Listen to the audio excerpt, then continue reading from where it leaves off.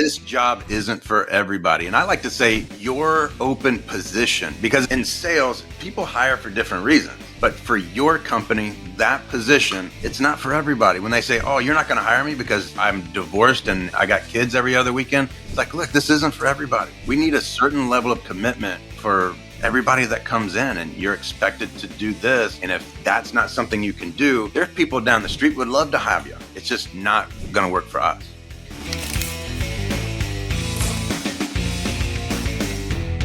Hello, everybody. Welcome to another episode of the Build to Win podcast. I'm Jonathan Weinberg. I'm here with my co-host, John Kolbaska. We've got a really cool episode for you today. We've got one of the goats of sales in home improvement, Chuck Thokey of Top Rep and topreptraining.com. So, Chuck, really excited to have you here. Thanks so much for joining us. Thank you. I want to say John, but now I feel like I'm talking to both of you when I say it. Yes, it works. It works. That's right.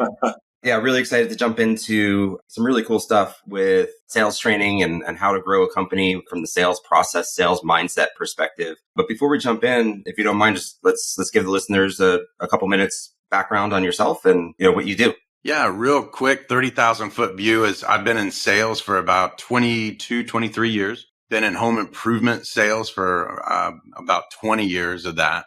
And was able to build some very large sales teams with in the bath organizations and roofing organizations. And then since then, I've been coaching professionally for about nine and a half years now. Awesome. So you've been through the whole kind of process of starting a company from the beginning, growing it. Yeah. Learning the lessons and now sharing what you've learned. Yeah, being able to start out in a company that's very small franchise early on with bath fitter, and being able to grow that to what you see bath fitters today, and then going into roofing, and we being able to take that, and that there's over 300 people there, so it's people have said, "Oh, Chuck took it." No, I didn't. 300 people took that from 60 million to 220 million, but it was through a lot of the as far as the sales side, there are a lot of my processes that I learned early on and brought into there. That's totally cool. Chuck, tell us about Top Rep. What is it exactly that you do for people?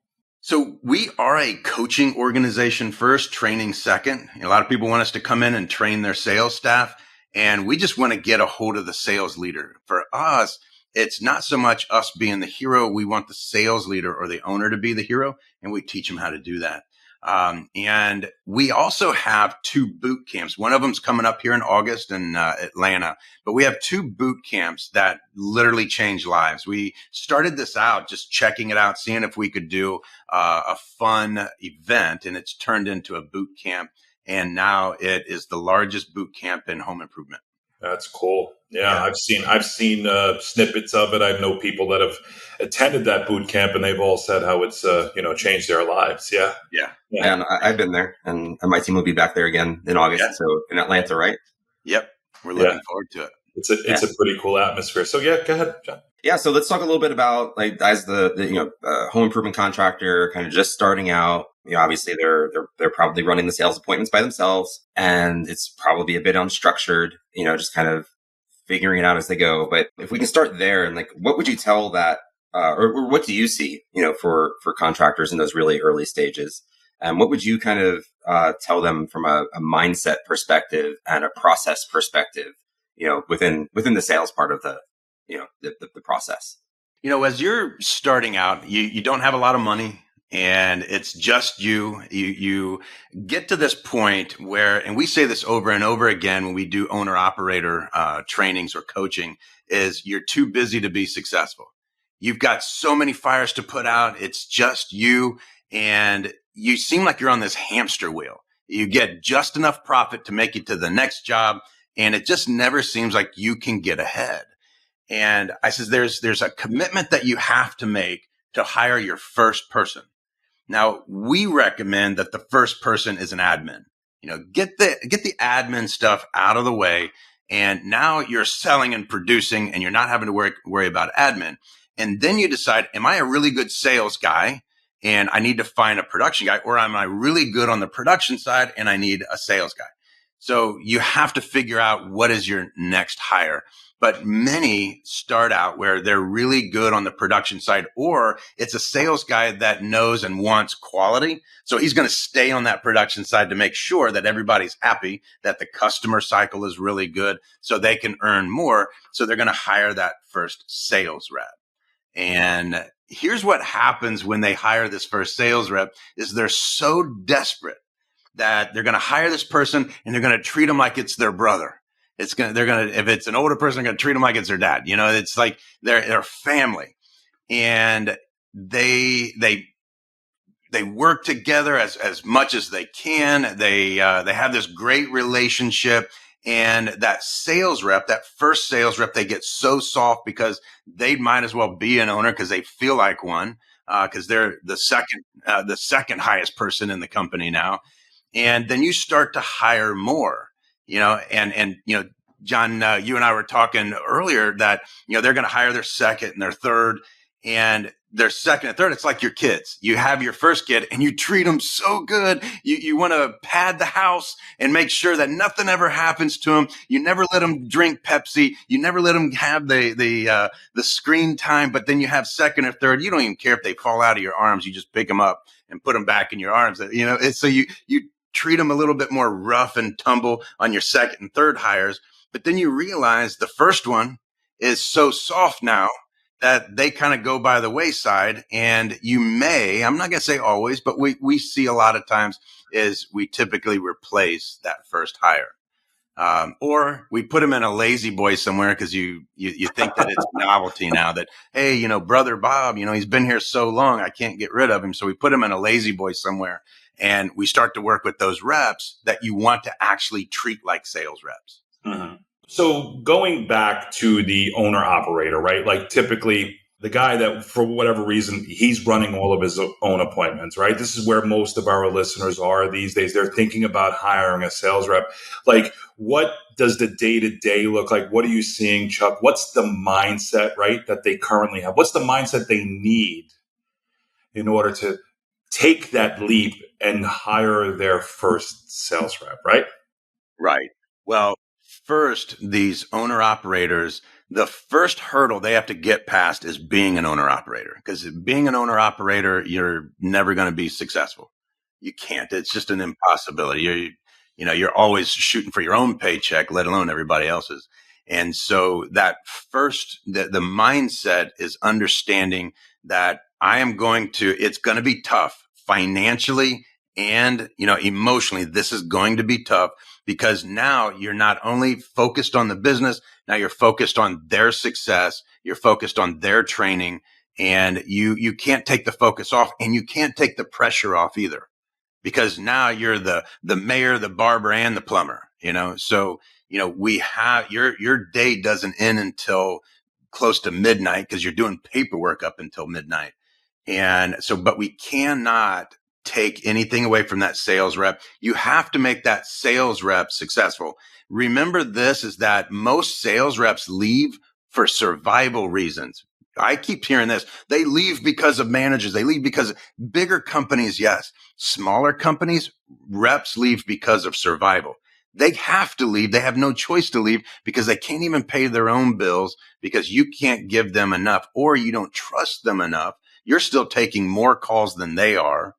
And so, you're afraid to give them enough calls for them to be successful. Yeah. Because you typically find that the owner operator that makes the first hire for a sales rep, they treat that as, hey, I really need a guy because I have too many leads. So I'm going to give them all the overflow. So I'm going to take my bundle that I've currently had. And, if I'm running, typically how many leads, how many appointments is an owner operator running in a day, Chuck? What's that typically look like without a sales process? I'm going to tell you, an owner operator that is by themselves will run 5 or 6. Yeah. Right. And they don't have time to do anything else at that point. And what are they typically leaving behind? What does their sales process even look like, Chuck? Do they have a 10-step sales process? Are they just winging it? Like, what are you seeing from an owner? Remember this, and John, you've been there where the owner goes out and sells. They sell because they're the owner. And I love the owners that get these big egos. Man, I close everything. Well, if I was the owner, I'd close everything too. Everybody trusts the owner. This guy's going to do a good job for me because he owns the company. Hell, I was able to sell. Like I'm not a good salesperson, and I was able to sell in the early days. So yeah, you were selling Build a Prime. Yeah, in my yes. office. I heard it. Don't talk about your closing rate, but you did close some, Jonathan. But going back to that, right? Like, so what is the owner operator sales process even like, right? Like, so it's the owner operator sales process is all about quality and desperation. So if you've ever been sold by an owner and you sit back, you see a lot of quality. They're willing to bend over backwards. They're even willing to wash your car, that to get the job. So they're willing to do whatever it takes to get the job. And many times it is at a much lower profit margin. But when you bring in staff, well, now you got to pay for the staff. And so you can't discount anymore. They can't call themselves the owner. And so now we have to bring in this process, but the owner needs to realize that there has to be a process because they've never had one. And they don't think that they need one because everything that they're knocking down everything they touch. So they don't need it. And now they're teaching the sales rep the same thing. And the sales rep's going in just as desperate. So they need the process. And here's what I love so much about process. We get so many people, hey, Chuck, we need a sales process. I'm like, well, sales process, I'll even send you for free because the sales process isn't going to make you successful. The sales process just keeps you on track. That's all it is. Oh, I love that, Chuck. Thank you. It just lets you know that you're the first sales consultant I've ever heard say that. That's incredible. Go ahead. Amen, bro. It really is. It's true because a sales rep, when they go in, they're going to shortcut as much as they can. They want to get to the price because that's what they've been taught is they're going to sell the job, not bring value to the job. But, they just need to know what's the next step so that they don't skip steps.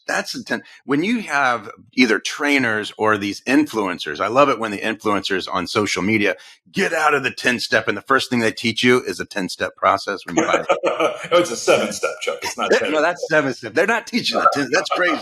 It's a 4-minute abs.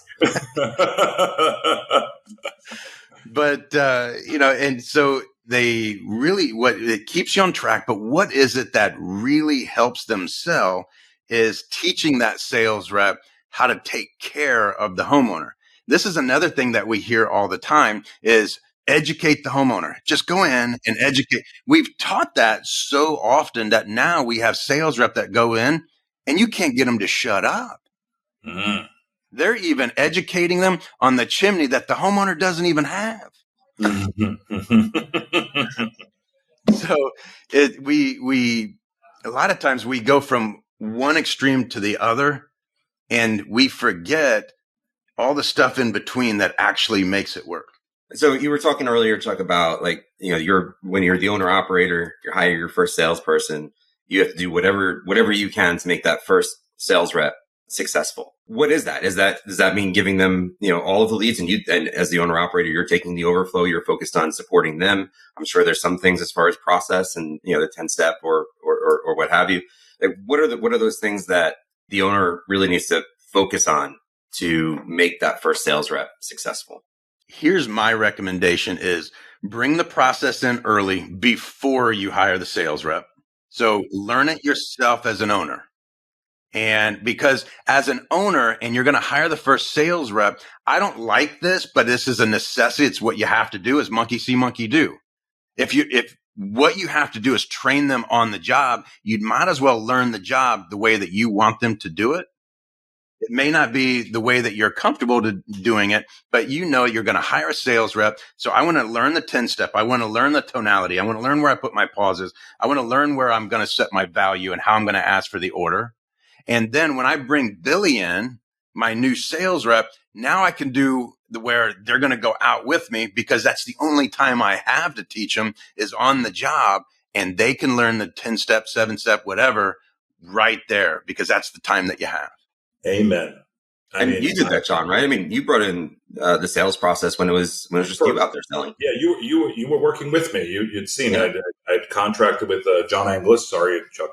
No, I know John very well. Love him. Yeah, he's a great guy. I brought it in. I run the appointments. I implemented that process for the first, I believe, 6 months before I even hired my first sales rep. And although I was doing a lot of those things naturally without a process, right? Again, owner operator, it allowed me to kind of structure the way I was doing it. So it was repeatable, right? So when I hired somebody, I could teach them how things were done, right? Because you can't duplicate yourself, right? This is the mistake that most owner operators think when they're like, well, I'm going to hire this sales guy, and I'm usually going to hire a sales guy from my industry with training from other companies because they'll be great, right? So you're actually hiring someone else's failed sales rep, right?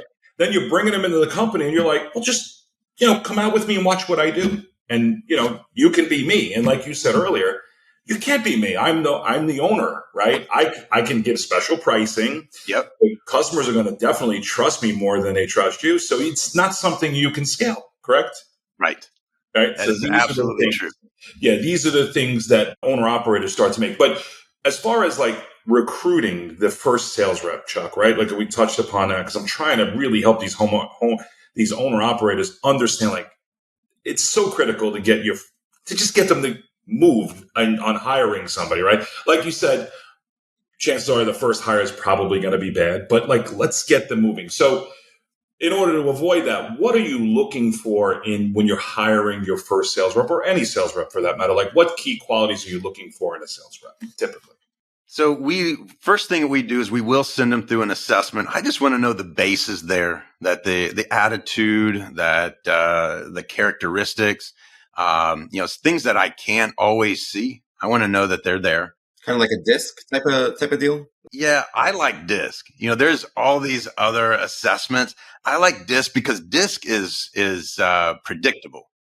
It's easy to read. I can look at a disc within 3 seconds. I know exactly what I'm looking for. I know what I'm seeing. If you get these really big, drawn out assessments, man, you really get into the weeds, and half of it's not even true. But I know that if I get a high D, high I, I've got a very assertive person that likes to talk. If I get a high S, I won't even hire a high S to be my admin. I don't like people pleasers. The higher the C, the better. I mean, if they're going to pay attention to detail, I'm in. But unfortunately, most of your high D, high I's, man, they might as well be doctors. Their attention to detail and their handwriting's horrible. Somebody relate? But I don't know what you're talking about. So besides, yeah. Sorry. So yeah, just besides the disc, I'm sorry, I cut you off a little bit there. So, but you're going to talk about the basic characteristics that you look for, and what else are you doing as far as recruiting that first hire? So I am going to when I bring a sales rep in for an interview, first of all, we make them sit in the waiting room. They're going to sit there, and our front desk person, it's a girl. So our front desk girl is trained to watch them, see what they do. We strategically have awards set off to the side and that you can see. We want to know, do they go over and look at them, or do they just sit down, look around, and then they're just on their phone the whole time? It doesn't mean that we're not going to hire them because they jumped on their phone, but it does tell us that they're more interested in the company if they go over and take a look at the awards, take a look at some of the stuff that's been said about us in different magazines. That's always great. But then we bring them back, we sit them down. And one thing that I've gotten from a mentor of mine, which is Brian Gottlieb, is I send out a 2-sentence script. And when we have them come in, and we even text them that morning with the same script. And the first thing that we do when they sit down, say, hey, before we get into this, you got the 2-sentence script. Can you go ahead and give that to me? If they can't, the interview's over. And they know it. Because if you can't follow that instruction and you can't even memorize 2 sentences, I'm not going to waste any more of my time. So, but that's something that we do on every time we bring somebody in for an interview. And then we go through a really fun interview. The very last part of it, we're going to Chet Holmes them. If you've read the was it the sales machine? The ultimate sales machine is we're going to let them know, and I don't care how good or bad the interview is. We're going to let them know, hey, everything sounded pretty good. I just don't see superstar in you, and see if they've got any fight in them. I don't want to see them get defensive, but I don't want them to say, all right, well, you're the boss, and they get up and leave. We just let them get up and leave. But I just want to see them have a little bit of ego that comes out and lets me know that when they hear no in the house, or if they get some pushback in the house, that there's something there that they're going to stay in the game. Yeah, that's really good. What percentage of candidates would you say make it through, to that stage, through the disc assessment, through the the script memorization, through the basic interview stuff, and then also training, and also challenge back at the end with the when you challenge them there. Yeah, we will offer about 20 to 25% of the people that we talk to. We'll offer them jobs. Yeah. So one in every 4, 1 in every 5, you're putting them in the training class. Yeah. And we actually start hiring big when we don't need them. And my partners, that drives them crazy. Like, what are we going to do with these people? Like, I don't care. Because when we don't need them, figure it out. Yeah. Let marketing figure it out, right? That's right. Put the bottleneck there, right? So characteristics, just going back on a sales rep, your first hire, let's talk about the absolute necessities, right? Like even through the pre-screening they got to have a vehicle, right? They got to have a vehicle, yes. They've got to be able to work evenings, right? Mm-hmm. They've got to be able to work weekends, right? They can't have any like baby mama drama where like every other weekend they've got the baby, whatever it may be. Like these are absolute necessities, correct? Yeah. Remember that this job isn't for everybody. And I like to say your open position, because it's in sales, people hire for different reasons. But for your company, that position, it's not for everybody. When they say, oh, you're not going to hire me because I'm divorced and I got kids every other weekend. It's like, look, this isn't for everybody. We need a certain level of commitment for everybody that comes in, and you're expected to do this. And if that's not something you can do, there's people down the street would love to have you. It's just not going to work for us. It's just a requirement, right? It's a requirement to work for us. Yeah. I've put this out on social media and I have gotten so much backlash because we have the 5 levels of commitment. And the last one is whatever it takes. And the moment I mention, hey, there's some times that you're not going to be able to go to juniors basketball game. We want you to be a family man or family woman, but there's going to be times when your customer calls you and says, hey, I'm going on vacation. You can come over and get the deal. I will leave my anniversary dinner with my wife to go pick up a deal. My wife knows it. Because, and there's people watching this right now like, man, that guy's such a dick. I mean, but I'm sorry. You chose sales as a career. And again, it's not for everybody. That's probably the best screening question there is. Right? Think about it. Because all of the people that agree with you are probably top reps, right? Yeah. The people that disagree with you, put your hands down, right? Think about it. If you're looking for the ultimate screening question, would you leave your anniversary dinner with your wife if you were? Oh my God! No, but I mean, it speaks to it, right, Chuck? Right? I mean, yeah. I like to say probably only 10% of the people that apply are even capable of doing the job, right? So it's one in every 10. Yes. Right. And then out of that group, probably 10% of them are willing to do it. Right. So it's like, what are you really looking at? What's the percentage of people that are home improvement sales is difficult. Yes, it is right? difficult. Right. This is not selling services. This is not like contract sales or like working for a manufacturer, relationship building. Right. This is you're at the table for 60 to 90 minutes, and your job is to leave there with a commitment, a contract, and a deposit, correct? Right. That's not easy to do.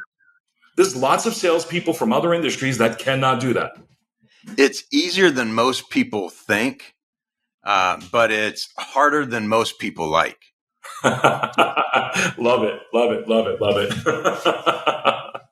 one of the things I'd like to go back to, because I think where some of our listeners might struggle, right, is like the point at which we're talking about hiring somebody, right? And we're talking about, you mentioned before about the first hire is the admin, right? That's what you typically recommend. And then the sales rep. And then we're hiring more sales reps than we need at the given moment.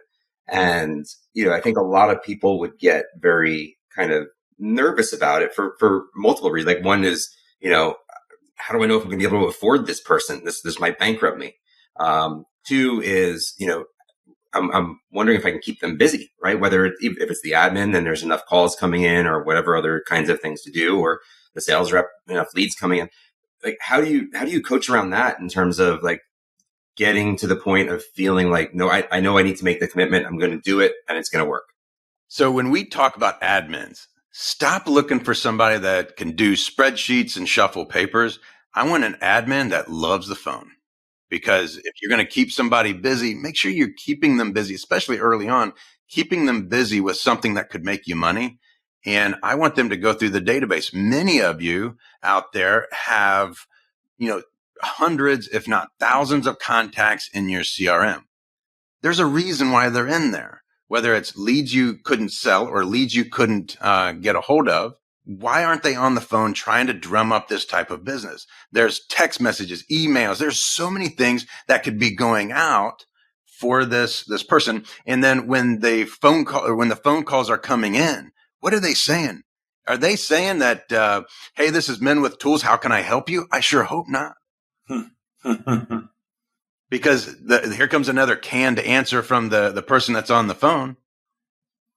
Mm-hmm. So we have to train them to be money makers.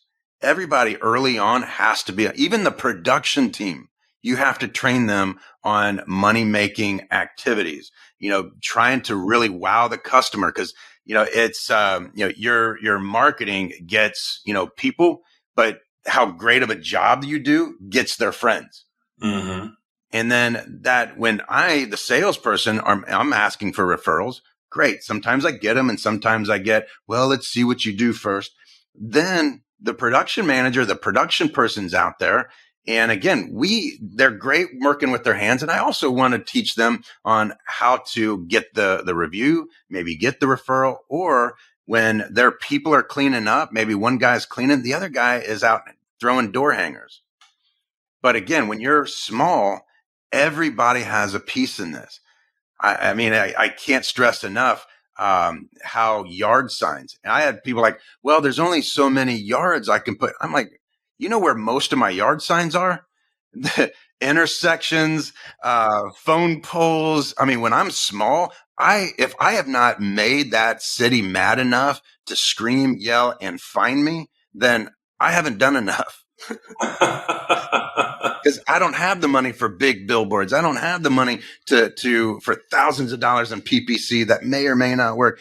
I mean, I may not have that kind of money, but I do have money for the $3 or $5 yard signs that I'm going to plaster all over town. Yeah, you certainly have to learn to be resourceful, right? You do. Yeah. So, I mean, and again, just having the admin to answer the phone calls, right? Think about, if you're out, you're being the sales guy, you're the sales director, salesperson, not even a director at this point. You're the salesperson, you're the marketing person, you're the production manager. A lot of times you're even in the field installing, right? Like for you to take a phone call and stop what you're doing, it's just like, free yourself up from that, right? Just get someone to answer your phones and make phone calls for you, right? And do your paperwork, right? Here's the other focus that most owner operators skip is profit. Oh, they charge just enough because they got to get the job. They got to put the food on the table. Well, if there's not enough profit, how are you going to grow? And then when they do, they buy their first Lambo. It's like, no, that's not what we're doing here. You buy your next truck, you get your next hire. That's why you're offering packages, because we've seen this is we don't have packages. We don't have things that can be upgraded without actually costing you money. Maybe upgrade your warranty. That doesn't really cost you anything. Upgrade some guarantees. Upgrade some things that don't cost you so that you can use that money to grow, to use in marketing, to use for your next hire, to do whatever.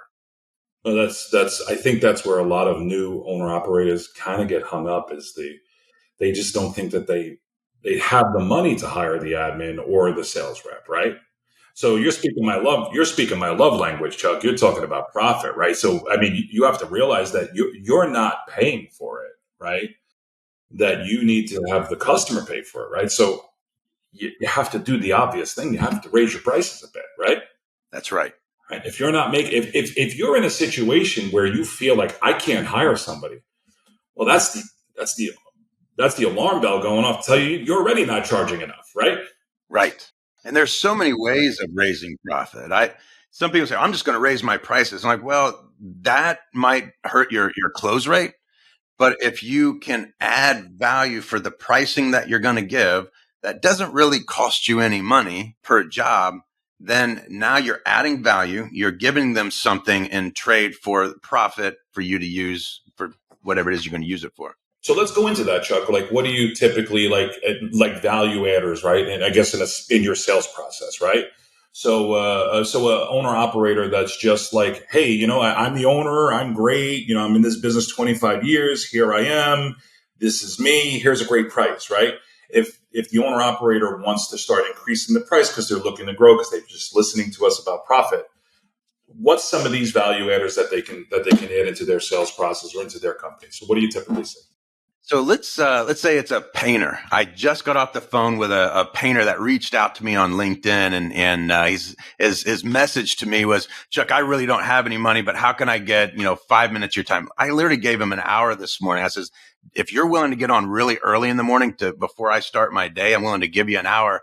And he's just he's a painter in Florida, and I really showed him. I says, I'm sure that when you put out a scope, that it's not where you have a good, better, best, right? And he's like, yeah, not really. I says, I want to change this. You have your scope, but then you offer different levels on how you're going to do this, what you're going to do.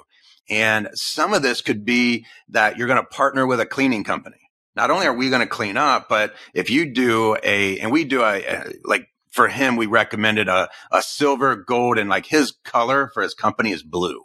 So silver, gold, and blue, and blue is the 10X. And so, he's on the silver. Maybe they're going to just clean up their mess, make it sure that it doesn't look like they were ever there. But then on the silver and gold or silver and blue, that they're going to hire a service, and that service will do maybe a 2-hour or 4-hour service. So, it's just a little bit of money that you paid for a lot of these services. It's like $30 for a cleaning company to come in for 2 hours, $30. And you can work out a partnership agreement with them where you can get it at a discounted rate because they have the opportunity to come in, prove their value and their services, and they might even be able to sign up some of these customers that you're sending them if you can get them to realize that, But there's so many things like with, again, painting, there's retouching. So maybe on the silver, I'm going to retouch for 3 months. So over the next 3 months, if something happens, I don't care if Junior comes in with his hockey gear and mars the wall, give us a call if it's within those 3 months. Or on the blue, I'm going to come in for 6 months. And so it's these things that don't really cost you money because most homeowners will never call you back, but they look at that like, that's what I want. And here's the absolute beauty of this is you do free upgrades. Instead of having this discount to do business with us today, you say, hey, with all of this, what I'm willing to do is a free upgrade. So if you're really wanting the gold, but you can only afford the silver, I'm willing to give you the gold for the silver. Or I'm willing to give you, and what we do with that blue is we mark it up 20, 30%. I mean, this is a dumb price. And they look at us like, well, I'd love to have the blue, but there's no way I'm going to pay that. I tell you what, if we can get this thing going while I'm here, I'm willing to give you that blue for the price of the gold. Well, nobody really knows this, but the blue's price really is under the gold. So it's these things that we can do where it's not the today price that everybody hates. It's simple. It's not a discount. I hate discounting my services, so it's not a discount. It's just, hey, if you choose to do this, I'm willing to give it to you for that price. And they really respond to that. And again, here comes that profit because we're not talking about the money. We're talking about what they get. Yeah, I mean, I think I've heard you say this. Like when you have a sale, it's because value exceeds price, right? When you don't have a sale, it's because price exceeds value, right? So it's looking to build value. Like going back to me when I was an owner operator and I decided that I was going to start bringing on a sales process, and then eventually I was going to hire somebody. I did exactly that, right? So I looked at what it was that we were doing. I brought on what we call our worry-free guarantee, where it's like, hey, you know what? I don't care whether you break it, the neighbor's dog breaks it, the kid, like I don't like. As long as you own the home, I'm going to come back and take care of it, not only from the manufacturer side, labor side, free of charge, right? I mean, I implemented a bunch of things, like on the roofing side, there's like pitch this, worry free guarantee. Well, and people are gonna get a little upset with this because they're gonna be like, how are you doing that? But like, if I rip off your roof and you need the whole deck of plywood replaced, the price that I quote you is the price you're going to pay, right? Where other companies are going to come along and they're going to rip off and you're going to have another $3,000-$4,000 in plywood cost. The price I'm quoting you today is never going to change, whether it's one sheet of plywood or 30, right? And all I've done, Chuck, is I've figured that cost into all of my jobs, right? But now I'm talking differently than everybody else out there, right? That's right. John O'Leary with the safe lock fasteners, right? A nail, a ring shank nail. Ring nail, yep. Right? Aren't a bunch of people already doing that? I got it right here. I'm sure we're going to have listeners that are in the roofing business that say, I already do that, right? But that's great. Are you telling your customer? Exactly. Right? Are your competitors telling your customer, right? So how can you build that value, right? So that's what's silly, right? A lot of these owner operators are already doing the things. They're just not pointing it out. Right. And pay attention to the roof that you're on and pay attention to the windows that you're selling, because value is truly in the eye of the beholder. I mean, so listen to the customer. The best sales professionals because we have partnered with Rilla and some of the others, and we get a chance to hear them. We get a chance to see all the data, and the best salespeople, you can tell that they're listening. They're asking more questions than they're making statements. But most importantly, when they're listening because we use this statement, and some people are going to listen to this and they're not going to like it. But we have a statement that says anything that you say and do will be held against you at the closing table. I love it. So all that means is that all the information you give me, the reason why my pricing is the way it is because of all the reasons you gave me over the last hour and a half. Mm-hmm. I'm not going to go through the value that I think you should have. I'm going through the value you told me you wanted and expected. Incredible. Yeah. Chuck, I know you work a lot with one-day bath, with roofing, with concrete coatings. Are there others? And what is it about those that, it's similar? And paint, we talked about painting. Is there anything that's similar across those types of contractors that just works really well with this type of a mindset and this type of a process? Really, it's just understanding simple sales. Whether you're selling concrete coatings, you're selling painting, you're selling a roof, windows, doors, it's simple understanding of sales. Over the years, trainers have made sales so complicated so that you have to buy their program. They're 10 steps, right? Yeah. It's the 10 step. And then they give you these big, long, complicated scripts. Well, like when you come into Top Rep, you'll see how skinny the scripts are, because we want to teach you the understanding of the conversation that needs to be had.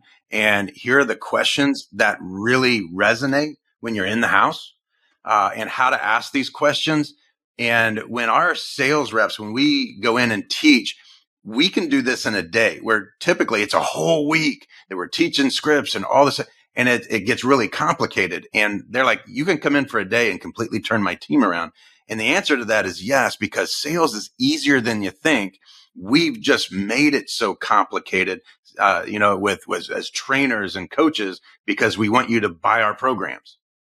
And so we've actually taken all that out. And the only reason why we were able to do that is because we're the only organization in home improvement that has access to 3,000 or 3 million recordings. We know it works. We know it doesn't. Yeah, I like this because we have pulled out so many sales myths. And one of the biggest sales myths, if you can just get the homeowner saying yes, they'll keep saying yes. That's the dumbest thing I've ever heard.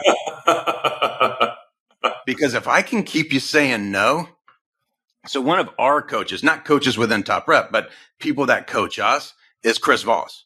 We go down a couple of times a year to work with him and his team. And we've gotten this whole no thing. And so then over the last couple of years, we have worked with Rilla to, here's over 100 different companies that we're working with, and we're putting this strategy in, and you just see their close rate go up.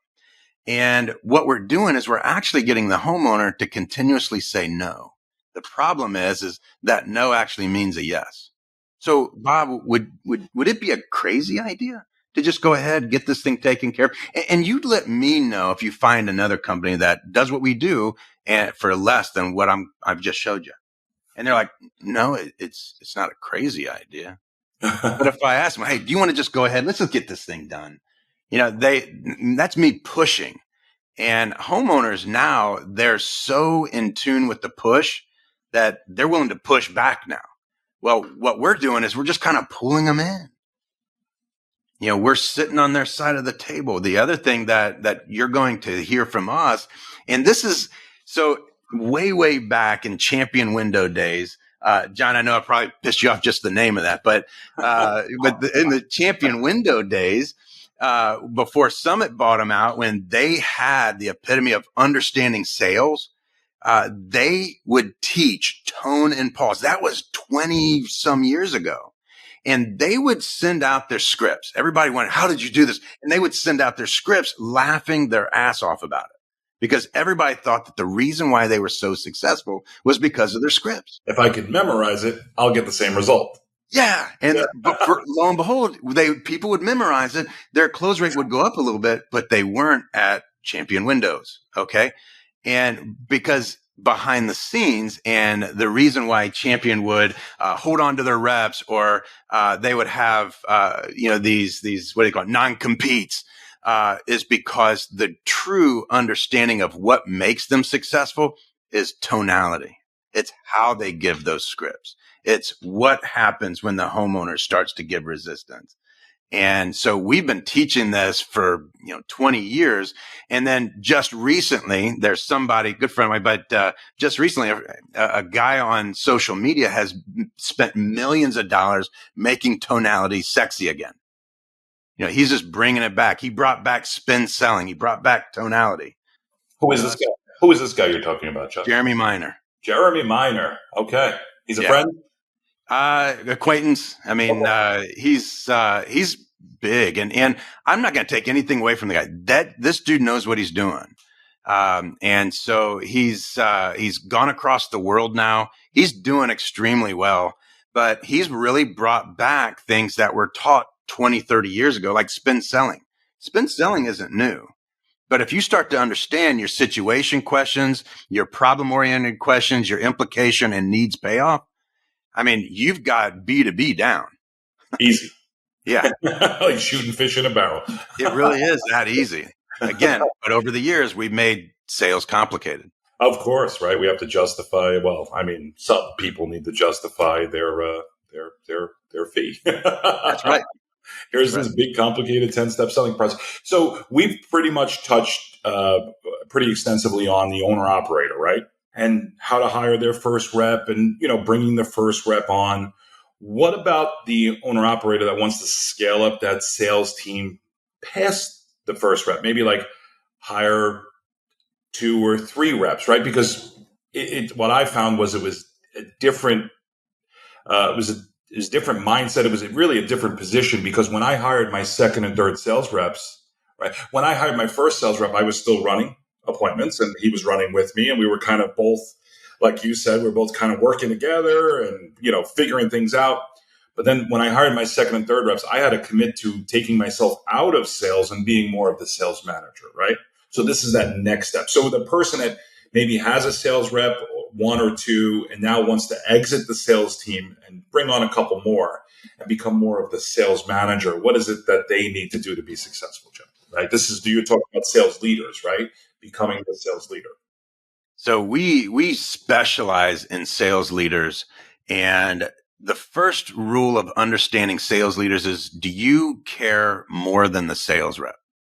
Do you want their success more than even success for you as a sales leader? Not always the owner, but as a sales leader, when I became a sales leader is when I was selling mortgages, and I made an amazing amount of money in mortgage.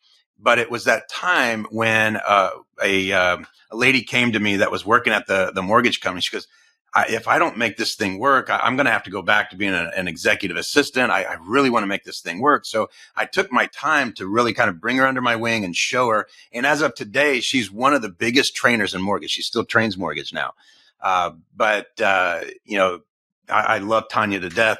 But that gave me more satisfaction than the big paychecks. Back then, it was like $10,000 a week that we were getting, because I could finance your doghouse back then. It was so easy.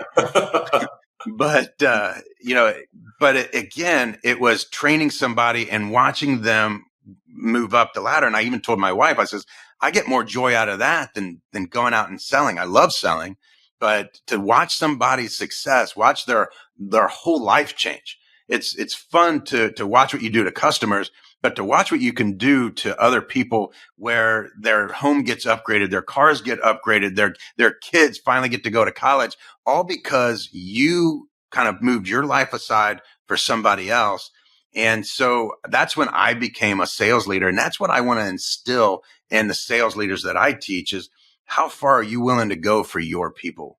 And the next thing is never, ever take the pressure off. And it has to be positive pressure. People think pressure as negative, and it's not. It's just positive pressure, making sure that your sales reps are doing the activities.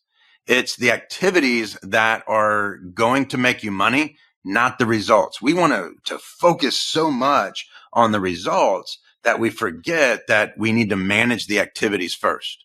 If let's say a sales rep wants to go out and canvas, and I teach them how to canvas, and they don't get anybody to answer the door, I will celebrate, high five, and take them out to dinner, and they failed. But they're willing to go out and do what it takes to be successful. And then we teach them consistency. We keep the pressure on, teach them consistency within that. It's like, keep going. Before you know it, they start to understand how to talk to people that they've never met before, that didn't call them, and to get into a conversation, how to break the ice while they're out. So again, it's, that sales manager needs to keep the pressure on. The other thing is are they running a pro organization or a rec league? If you take a look at your salespeople, I like my salespeople, but I still keep them at arm's length, because I want them to understand that, it's kind of a, what have you done for me lately business? The tenure only gives you an extra shot. It does not earn you leads. Your time in service and sales does not get you leads. I will give somebody that's been in our business for 2 weeks more leads than somebody that's been there for 30 years if they're selling more. So again, it's trying to keep the pressure on, making sure that you have a pro organization. When you come in, when sales leaders, I know we're getting a little ahead of ourselves, but when sales leaders come into an organization, I like to, and I know that you may be different with this, but I like to hire sales managers in. I don't always like to bring them up. The reason why is because they have all their buddies down there, because they were sales reps. Now their buddies expect certain things from them, or they don't want to let their buddies down. So they're going to keep leads going to their buddies or giving them. So I'm going to usually bring somebody in from the outside, and then they work their way into the organization that way. That's the way that I've been brought in. Every company that I've either run or the sales leadership that I've taken on, I've always been brought in. So those are some of the things that we look for when it comes to sales leadership. So it's servant leadership, it's positive pressure, and it's running a pro organization. Yeah. And once again, consistency. Consistency. Yeah. Rinse and repeat, as we say. That is the key, right? Yes. Because everybody looks at it like when you train a new sales rep, you're like, all right, they're trained. I'm like, they're trained for about 3 days. What are you going to do after that? Bring them in and keep training. We train as often as possible in sales meetings. Most sales meetings are horrible. And so if you're not training inside your sales meetings, if you're not using a sales meeting for training and practice, you're literally calling a meeting just to get people out of the field. It's costing the company money. Yeah, because every appointment is worth your NSLI, right? So if your NSLI is $3,500 and you miss an appointment slot, you just cost the company $3,500, correct? You're absolutely correct. You have to protect those, right? So you have to have a good reason for losing that appointment slot as a sales manager, as an organization, correct? Right? Absolutely. Yep. You touched on that. That's excellent. That's where I was going. Is like, we're now running a sales team. How often should you get the sales team out into a sales meeting every single week? Is it once? Is it twice? Is it daily? Is it on site? Is it remote? What does that look like? Are you role playing? When are you going over numbers? I'm sorry, that's a lot of questions, but just talk us through it. That's the last It part. all goes into the same answer. And the biggest answer here is as often as possible. So we have some that will have sales meetings 3 times a week. Now, most of them are canvassing organizations. But if you have a sales-based organization, you need to at least have them once a week. Don't have it on Friday. I think it's funny where these people have, because I've seen some sales meetings where they're on Sunday or Saturday. I actually like Saturday sales meetings. It gives them, or that's their second sales meeting. But we like Tuesday sales meetings. And if you have them less than 2 hours, you might as well not have a sales meeting. You have an hour of training and coaching, and then an hour of practice. So we look at 2 hours, and we'll start like ours is every Tuesday from 10 to noon. And when people are like, oh, I can't, turn in my paperwork, you're going to come in during the sales meeting day. I'm going to come in at 8, and you can do all your paperwork all the way up until then. But we actually meet every single day. It's just on a daily basis, we do Zooms. Early on, before our day starts, we're going to get everybody on a 1 hour. And it doesn't have to be. If you have a small company, we have a company and they literally have one rep. And he says, I'm going to start this now. And I was very proud of this company. So they only had one rep, and he would have power hour. Well, it was only about 15 minutes because he only had one rep, and he only had 2 appointments yesterday, and he has 1 today. So it's a little bit difficult, but again, he's going to meet, but he wants to start that cadence. And now he's got 15 reps, and it is an hour to an hour and a half long. What is power hour? So this is your daily, I believe you have us doing this now at 8 a.m., correct? Every morning getting into this practice, right? So for an hour, you're getting all your reps on a Zoom, right? And then what is it that you're doing as the sales manager or the sales leader with your reps for that? Yep. So remember, we're a sales team. Most organizations have just pods of sales guys. I don't even like to say it's a team because a team works together. And most of those people, they wish that the other guy would fall flat on his face so they can get more leads. But the team, so we want to get these people together, your team together, and then we're going to look at how yesterday went. Did we win yesterday? And how did we win yesterday? We're going to celebrate the wins. And then we're going to talk about the ones we didn't get yet. We always say didn't get yet. And we're going to either make a plan on how we're going to reach out and get them. And we'll bring other people in. We'll bring Rehash in if we need to.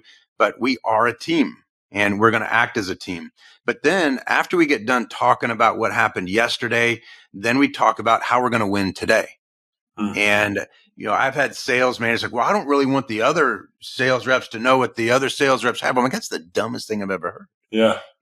If I want everybody to know what everybody has, because if I have Billy, he's got 1 appointment at 10, but I've got Sarah and she's killing it. And so she's got a 10, a 2, and a 6. I want Billy to say, hey, Sarah, I've got my 10. Where's your 2 and your 6? I want to ride along. because I need to restart my waterfall. I want to use your wins to start my waterfall again. Mm. So again, we act as a team. We want to watch them, and when your team kind of pushes you out as a manager and they start coaching each other, that's when you have success. That's a win. Yeah. And when they start operating as a team. Yes. Rather than pods. That's right. That's excellent information, Chuck. I mean, I love these conversations. I could go on for 2-3 hours with you. We've got to actually hook up personally. Yeah. You and I. I just want to come up and see these fox bodies you got, man. This just gets my juices flowing, buddy. It really does. When are you going to be in New York? Actually, I'll be in Syracuse here probably in the next couple months. So let me know when you're coming in, and you come in, and we'll hang out for a day or two. Sounds good. So, John, anything else, Jonathan? No, I think that covers quite a bit for today. Chuck, if anybody wants to get a hold of you or find out more about what you can do for them, what's the best way to get in touch? One of the easiest ways is through social media. So look me up on LinkedIn, Facebook. I don't do Instagram as much, but LinkedIn and Facebook are big for us. And then you can reach out to us at topreptraining.com. And, my assistants or my team will reach back out to them. Yeah, and I just want to say, working with Chuck, it's been an absolute pleasure.